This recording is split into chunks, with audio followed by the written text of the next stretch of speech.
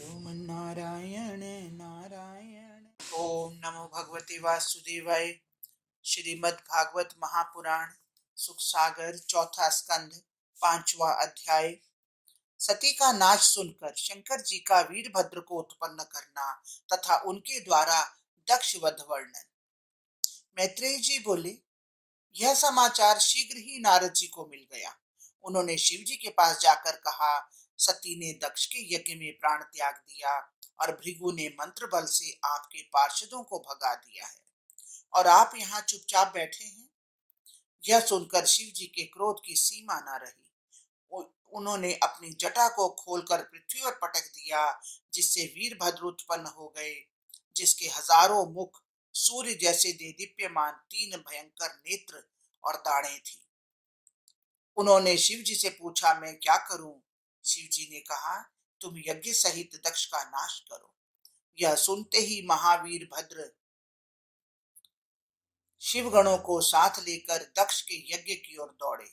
इन लोगों के पैर की धूलि से संपूर्ण आकाश और पृथ्वी भर गई, जिसे देख यज्ञ के ऋत्विज ब्राह्मण आदि कहने लगे, यह क्या है? यह क्या हो गया? क्या प्रलय तो नहीं होने वाला है? प्रसूति आदि स्त्रियों ने कहा कि यह दृश्य तो वही है कि जब प्रलय काल में शिव जी अपनी भुजाएं फैलाकर नाचने लगते हैं। हे विदुर जी, यज्ञ में इस प्रकार के शंका समाधान हो ही रहे थे कि उसी समय वीरभद्र के साथ शिव के गणों की अपार सेना वहां पहुंच गई। सेना का वेश और उनके अस्त्र निराले और विचित्र थे।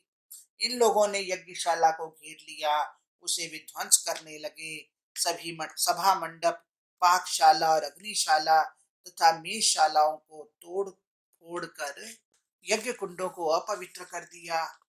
एक गण ने भृगु को और वीरभद्र ने दक्ष को बांध लिया। चंडीश नामक गण ने पूषा नामक देवता को और नंदीश्वर ने भग नामक देवता को पकड़कर बांधा। ऋत्विजों और अन्यान्य देवताओं को शिवगणों ने पकड़कर पत्थरों से मार मार कर बड़ा कष्ट दिया। वीरभद्र ने भृगु की दाढ़ी उखाड़ ली और भग नामक देवता की दोनों आंखें निकाल ली, क्योंकि भृगु जी ने अपनी दाढ़ी दिखाकर शिव जी की हंसी उड़ाई थी और भग ने अपनी आंख से दक्ष जी को इशारा किया था। वीरभद्र ने पूषा के दांत उखाड़ लिए, क्योंकि उन्होंने दांत दिखाकर शिव जी की हंसी की थी। वीरभद्र दक्ष को पटक पटक कर उनकी छाती पर बैठ गए और तलवार से उसका सिर काटने लगे, किंतु उनका सिर न कटा। यह देखकर वीरभद्र को आश्चर्य हुआ। फिर वह कुछ सोचने के बाद उन्होंने दक्ष को उनका गला दबाकर मार डाला।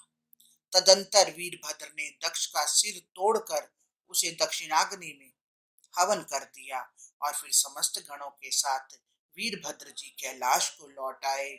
हरिओम तत्सत।